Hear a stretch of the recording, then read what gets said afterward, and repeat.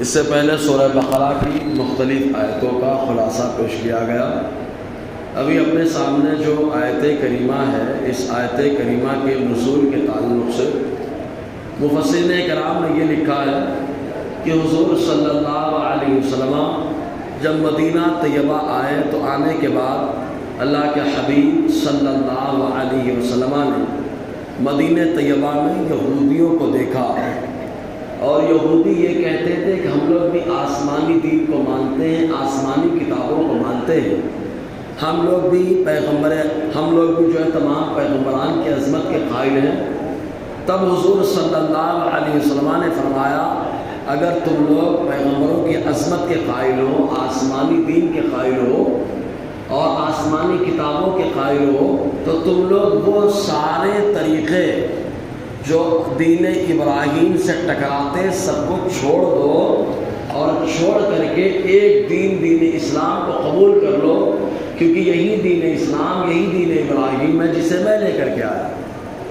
تو یہودیوں نے کہا نہیں، ہم وہ طریقہ نہیں چھوڑ سکتے جو ہمارے یہاں رائج ہے، اس لیے کہ یہ ہمارے باپ دادا کا طریقہ ہے، اور وہ اپنے آپ کو لگاتے تھے کہ ہم نبیوں کے اولاد ہیں، اس لیے ہم لوگ یہ طریقہ نہیں چھوڑ سکتے۔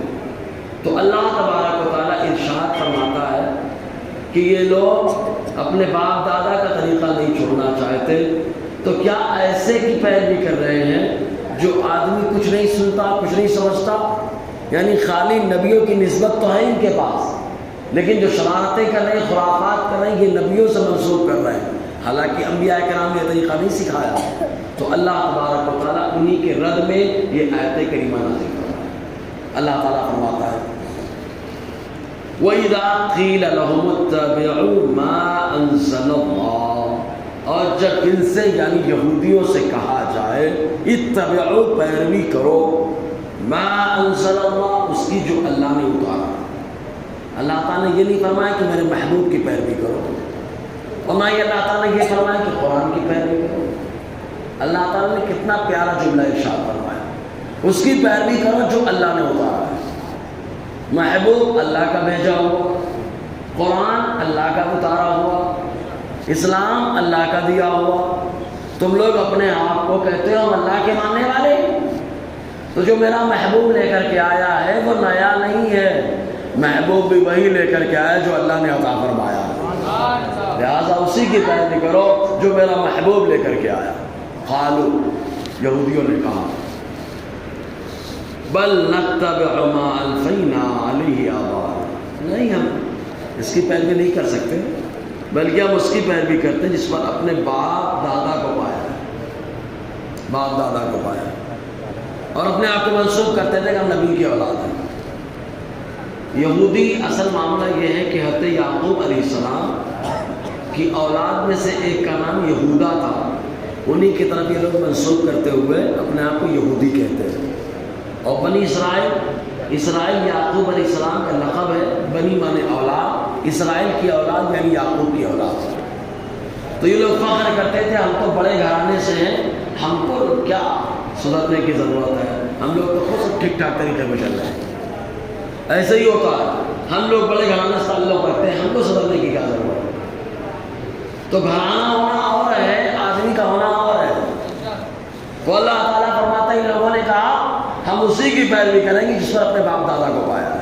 باپ دادا کو پایا تو باپ دادا کا طریقہ صحیح و ضروری نہیں ہے، لیکن اگر نبیوں کا طریقہ ہے اس پر چلا تو بلا شبہ صحیح ہے۔ اسی آیت کو غیر مقلد پیش کرتا ہے، غیر مقلد یہ پیش کرتا ہے کہ ڈائریکٹ بولتا ہے تقلید، تم بولتے ہو تقلید، ارے بولے باپ دادا کا طریقہ ہے، تقلید نہ کرنا یہ نبیوں کا طریقہ ہے، سمجھ میں آئے؟ تو کہا باپ دادا کے طریقے پہ چلنا یہ تو یہودیوں کا طریقہ ہے نا، نبیوں کے طریقے پہ چلو۔ تو یہاں دیکھو دو چیزیں، قرآن سے دونوں چیزیں ملی ہیں۔ یہاں پہ قرآن نے فرمایا یہودیوں نے کہا ہم اسی کی پیروی کریں گے جس پر باپ دادا چلتے تھے، ہے نا، اور دوسری جگہ سورہ فاتحہ میں اللہ تعالیٰ فرماتا ہے اہدنا الصراط المستقیم، اللہ تعالیٰ فرماتا ہے میں نے سورہ فاتحہ کو اپنے اور اپنے بندے کے درمیان بانٹ دیا ہے۔ جب بندہ الحمدللہ کہتا ہے تو اللہ فرماتا ہے میرا بندہ میری تعریف کر رہا ہے۔ اس کے بعد دعا مانگنا جب شروع کرتا ہے اہدنا الصراط المستقیم، اے اللہ ہم کو سیدھے راستے پہ چلا. سیدھا راستہ کون سا؟ تو اللہ تعالیٰ خود فرماتا ہے صراط الذین انعمت علیہم، ان کا راستہ جن پر اے اللہ تو نے انعام کیا ہے. ان کا راستہ جس میں تو نے انعام کیا. انعام کس پر ہوا؟ اللہ تعالیٰ خود فرماتا ہے من النبیین والصدیقین والشہداء والصالحین، جن کے راستے میں انعام ہوا ہے، جن پر انعام ہوا ہے، وہ نبیوں کا راستہ ہے، وہ شہیدوں کا راستہ ہے، وہ صدیقین کا راستہ ہے، وہ صالحین کا راستہ ہے، نیکوکار لوگوں کا راستہ ہے. تو یہیں سے بات معلوم ہو گئی، طریقے دو ہو گئے، ایک باپ دادا کا طریقہ ہو گیا، ایک نبیوں کا طریقہ، شہداء کا طریقہ، صالحین اور صدیقین کا طریقہ ہو گیا. تو یہودی یہ باپ دادا کے طریقے پہ چل رہے ہیں، اور الحمدللہ جو پیروی ہم کر رہے ہیں یہ نیکوکار لوگوں کے طریقے پہ تقلید کی پیروی کر رہے ہیں. کیوں؟ کہا صحابہ کرام مقلد رہے. کہا کیسے؟ تو کتاب الطلاق شرح فتح القدیر، اس کے اندر علامہ ابن الحمام علیہ رحمۃ اللہ نے لکھا، ارشاد فرماتے صحابہ کرام دو طرح سے ہوئے. کچھ وہ صحابہ جو مسائل نکالتے تھے، مسائل نکال کے لوگوں کو بتاتے تھے، ان کو مجتہد صحابہ کہا جاتا تھا. اور کچھ وہ صحابہ رہے جو ان صحابہ کی پیروی کرتے تھے، یعنی تقلید کرتے تھے. تو جو مسائل نکال کے بتاتے تھے ان کی تعداد 20 سے زیادہ نہیں ہے. خلفائے راشدین چاروں خلیفہ، عبادلہ، عبداللہ ابن عباس، عبداللہ ابن مسعود، عبداللہ ابن عمر، عبداللہ ابن عمر، حضرت ابو ہریرہ، حضرت انس، حضرت معاویہ، یہ وہ ہیں جو مسائل نکالتے تھے. باقی صحابہ ان کی پیروی کرتے رہے. تو اللہ تبارک و تعالیٰ نے فرمایا ان کے طریقے پر چلو جن پر احسان ہوا، انعام ہوا. وہ صالحین کا طریقہ ہے. تو صالحین میں صحابہ بھی آ گئے. صحابہ کرام جو مسائل نہیں نکالتے تھے وہ تقلید کیا کرتے تھے. الحمدللہ ہم لوگ بھی نہیں نکال پاتے تو اسی صحابہ کے طریقے پہ چل گئے. باپ دادا کا طریقہ نہیں. باپ دادا کا طریقہ کس نے اپنایا؟ یہود و نصارہ نے اپنایا. ہم نے صالحین کا طریقہ اپنایا. سمجھ آیا؟ ایسے صالحین اللہ تعالیٰ ارشاد فرماتا ہے اولو کان آباؤہم لا یعقلون شیئا ولا یہتدون، کیا ان کے باپ دادا اگر کچھ عقل نہیں رکھتے، ہدایت بھی نہیں رکھتے، یعنی کچھ عقل بھی نہیں ہے، ہدایت بھی نہیں ہے، تب بھی ان کی پیروی کریں گے. پیروی اس کی جاتی ہے جو ہدایت پر ہو، پیروی اس کی جاتی ہے جو ہوشیار ہو. تو اللہ تعالیٰ فرماتا ہے کیا ان کے باپ دادا اگر ہدایت بھی نہیں ہے، عقل بھی نہیں رکھتے، تب بھی ان کی پیروی کی جائے. چونکہ یہود و نصارہ میں ہی خرافات ہوئی، انہوں نے سب سے پہلے بنیاد ڈالی. یہودیوں نے سب سے پہلے عقیدے خراب کیے، سب سے پہلے ناشکری کی وبا ان کے درمیان ہے. ورنہ آسمان سے سب کچھ اتر رہا تھا، من و سلوہ مل رہا تھا، زمین سے میٹھا پانی مل رہا تھا، روشنی کرنے کے لیے کھمبا اتر رہا تھا، جو بچہ پیدا ہوتا ساتھ میں کپڑا لے کے آتا. لیکن شرارت سب سے پہلے لوگوں نے شروع کی. انبیاء کرام کے قتل کے در پر یہ لوگ ہوئے، بچڑے کی پوجا کرنے کے در پر یہ لوگ ہوئے، ساری خرافات ان کے درمیان ہوئی. تو باپ دادا گڑبڑی کر رہے ہوں تو کیا بیٹا اس کی پیروی کرے گا؟ آسان لفظوں میں یوں سمجھیں، بیٹا کاروبار میں بہت ہوشیار ہے، بہت ہوشیار ہے. اب باپ دادا جو ہے اپنے اعتبار سے کاروبار کر رہے ہیں. اب بیٹا پڑھ کے آیا ہوشیار ہے، ہوشیار بہت ہے، اس نے باپ دادا کے طریقے پہ چل کے ہی کاروبار کیا. ایک ہوشیار آدمی نے آ کر اس کو سمجھایا ابے یار تو پڑھا لکھا آدمی ہے، سمجھدار آدمی ہے، اپنے اعتبار سے کاروبار کر تو آگے بڑھ جائے گا. تو بولتا ہے نہیں میں نیا کاروبار نہیں کر سکتا، میں تو وہی کاروبار کروں گا جو باپ دادا کرتے آئے، میں تو وہی کاروبار کروں گا جو باپ دادا کرتے آئے. اگر حالانکہ وہ اتنا پڑھ کے آیا کہ باپ دادا کا انداز چھوڑ کر خود اپنا انداز اپناتا تو اللہ تعالیٰ اسے کامیاب فرما دیتا. تو یہودی بہت اپنے آپ کو عقل مند بناتے رہے. ان کو بتایا گیا کہ تم ہوشیار ہو، سمجھدار ہو، تو باپ دادا کا طریقہ چھوڑو، وہ طریقہ اپناؤ جو مصطفیٰ جعل رحمت نے تمہیں عطا فرمایا. اس طریقے پہ جاؤ گے کامیاب ہو جاؤ گے. اور ان لوگوں میں جس نے بھی اپنایا ہے اللہ نے اسے کامیابی عطا فرمائی ہے. چاہے کہ عبداللہ ابن سلام ہو، عبداللہ ابن سلام پورا گھرانہ عالموں کا گھرانہ ایمان لائے. سبحان اللہ، ایمان لائے. یہودیوں کے بہت بڑے عالم ایمان لائے. تو پیروی اسی کو کی جاتی ہے جو آدمی ہوشیار ہو، عقل مند ہو، اور ہدایت پر ہو۔ اب اللہ تعالیٰ نے ایک مثال دی ہے ان یہودیوں کی۔ ان کا معاملہ ایسے ہی ہے جیسے ایک شخص جانور لے کے گیا ٹہلانے کے لیے، اب جانور کچھ نہیں سنتا، اس کو بولو بیٹھ جاؤ تو بھی نہیں بیٹھتا، اس کو بولو کھڑے ہو جاؤ، بیٹھا ہے تو کھڑا بھی نہیں ہوتا۔ جانور تو جانور ہے، لیکن اگر چلاؤ تو سمجھ جاتا ہے مجھے چلایا جا رہا ہے، اسے مارو تو سمجھ جاتا ہے مارا جا رہا ہے۔ بس خالی اس کے پاس اتنی عقل ہے کہ وہ سمجھتا ہے چلایا جا رہا ہے، مارا جا رہا ہے۔ تو اللہ تعالیٰ مثال دے رہا ہے، جو موجودہ یہودی ہیں یہ چرواہے کی طرح ہیں، اور جن ابا کی پیروی کر رہے ہیں باپ دادا کی، وہ ان جانوروں کی طرح ہیں جن کو خالی چلانا سمجھ میں آتا ہے، بس کچھ نہیں سمجھ میں آتا۔ جب ان کا حال ایسا ہے تو ان کی پیروی کیسی ہے نا؟ اللہ تعالیٰ فرماتے ہیں وَمَثَلُ الَّذِينَ كَفَرُوا كَمَثَلِ الَّذِي يَنْعِقُ بِمَا لَا يَسْمَعُ إِلَّا دُعَاءً وَنِدَاءً، اور اس کی مثال جنہوں نے کفر کر دیا، انکار کر دیا، اس کی طرح ہے جو صرف چیخ اور پکار کو سنتا ہے، بس صرف چیخ اور پکار کو سنتا ہے۔ کافر کا حال ویسے ہی مطلب جانور کی طرح ہو گیا۔ اور ایک جگہ قرآن میں تو یہاں تک آیا کہ جانور سے بھی گئے گزرے، جانور تو کچھ بھی مالک کی بات مان لیتا ہے، یہ اپنے مالک اللہ کی بات ایک بھی نہیں مانتے، ان سے بھی گئے گزرے ہیں۔ اور جانوروں میں کچھ ایسے بھی ہیں جو جنت میں جا سکتے ہیں، بہت سارے جانور ہیں، اللہ تعالیٰ ان کو جنت عطا فرمائے گا، جیسے حضور صلی اللہ علیہ وسلم کی اونٹنی جس پہ حضور سوار ہوتے رہے، آقا علیہ السلام کا بغلہ جس پہ حضور سوار ہوتے، حضور صلی اللہ علیہ وسلم کا یعقوب جس پہ حضور سوار ہوتے، حضرت عزیر علیہ السلام کا گدھا جس پہ حضرت عزیر نے سواری کی، حضرت صالح علیہ السلام کی اونٹنی اور اس کا بچہ جنت میں جائیں گے۔ تو جانوروں میں کچھ ہے جو جنت میں جا سکتے ہیں، لیکن کوئی کافر جنت میں نہیں جا سکتا ہے۔ تو جب کافر کوئی جنت میں نہیں جا سکتا تو یہ جانوروں سے بھی گئے گزرے ہو گئے کہ کچھ تو جانور جنت میں جائے گا، کافر وہ بھی نہیں جا سکتا۔ تو اللہ تعالیٰ فرماتا ہے بس چیخ اور پکار سنتے ہیں، صم بکم عمی فہم لا یعقلون، بہرے ہیں، گونگے ہیں، اندھے ہیں، کچھ عقل نہیں رکھتے۔ حالانکہ ان کے سامنے جا کے بات کرو تو بولیں گے نہ ہم بہرے ہیں، نہ ہم گونگے ہیں، نہ ہم اندھے ہیں۔ تو یہ بہرا ہونا، گونگا ہونا، اندھا ہونا کیا مطلب؟ کہا اللہ تبارک و تعالیٰ نے آدمی کے دل میں سننے کی طاقت دی ہے، اسی کے ذریعے سے آدمی حق کو سنتا ہے۔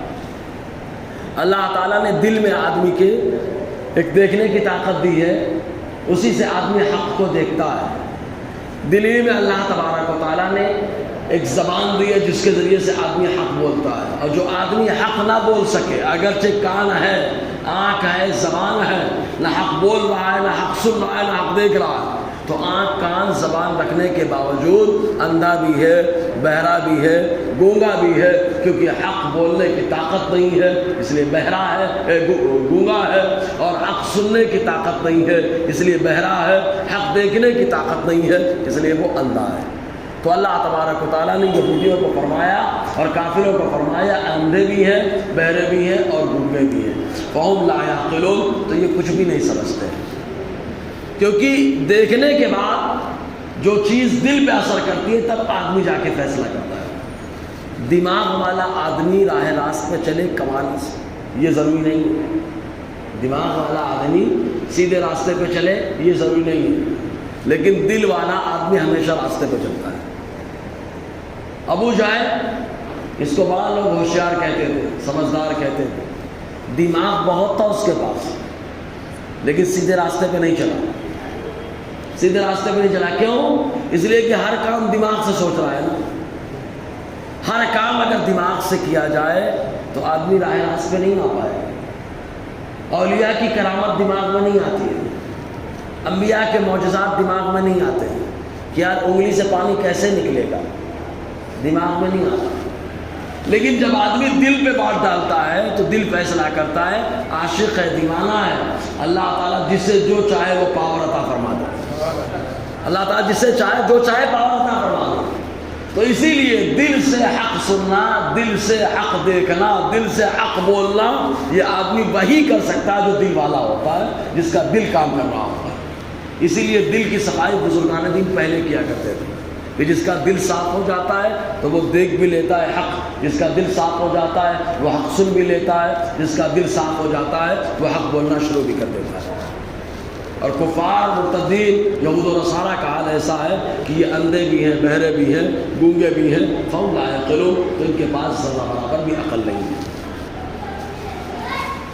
یہود و نصارہ سے خطاب کرنے کے بعد اللہ تعالیٰ نے اب ایمان والوں کو، چونکہ مدینے میں رہ رہے ہیں، مدینے میں یہودی بھی خوب ہے، مدینے کے اطراف میں نصرانی بھی خوب ہے۔ اب سنگت کا اثر کیا ہوتا ہے کہ آدمی حلال حرام نہیں دیکھتا، میرا دوست کھاتا ہے میں بھی کھاؤں گا، میرا دوست پیتا ہے میں بھی پیوں گا، ایسا ہوتا ہے۔ سنگت کا اثر آتا ہے، دیکھ لینا نشہ کرنے والا دوسرے آدمی کو نشیڑی بنا دیتا ہے، برا کرنے والا دوسرے کو برائی کرنے والا بنا دیتا ہے، تو سنگت کا اثر آتا ہے۔ تو مدینے میں رہنا ہے، مدینے میں یہودی بھی ہیں، نصرانی بھی ہیں، اب ان کے ساتھ اگر رہیں گے تو اثرات تو آئیں گے۔ تو اللہ تبارک و تعالیٰ اپنے محبوب کے صحابہ سے خطاب کیسے فرماتا ہے؟ لاکھ ان کے ساتھ رہیں، کاروبار ہو، لیکن ہمیشہ پاکیزہ ہی کھانا، ہمیشہ حلال روزی ہی کھانا۔ حلال روزی کی اہمیت کا اندازہ اس بات سے لگائیں کہ جس کے زبان کا ذائقہ حلال کا مل جاتا ہے، اللہ تعالیٰ اس کی زبان کی ہر دعا کو قبول کر لیتا ہے نا۔ تو اللہ تبارک و تعالیٰ فرماتا ہے یا ایھا الذین آمنوا، اے ایمان والو، کلوا من طیبات ما رزقناکم، کھاؤ ان پاکیزہ چیزوں سے جو ہم نے تم کو دیا ہے۔